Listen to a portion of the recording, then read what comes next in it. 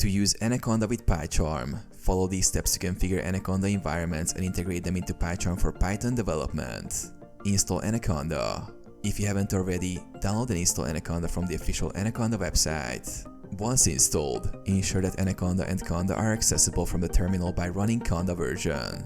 Create a new Conda environment. Open Anaconda prompt or your terminal. Create a new environment with a specific Python version, for example the following. Activate the environment. Install any necessary packages for your project using conda install or pip. Configure PyCharm to use conda environment. Open PyCharm and navigate to File, Settings, Project, Python Interpreter. Click the gear icon and select Add. Choose conda environment and an existing environment. Browse and select the Python executable in your Anaconda environment, usually located at the following. Start using Anaconda in PyCharm. After selecting the environment, PyCharm will configure it as the project interpreter. You can now install additional packages via the PyCharm terminal or by adding them directly through Conda.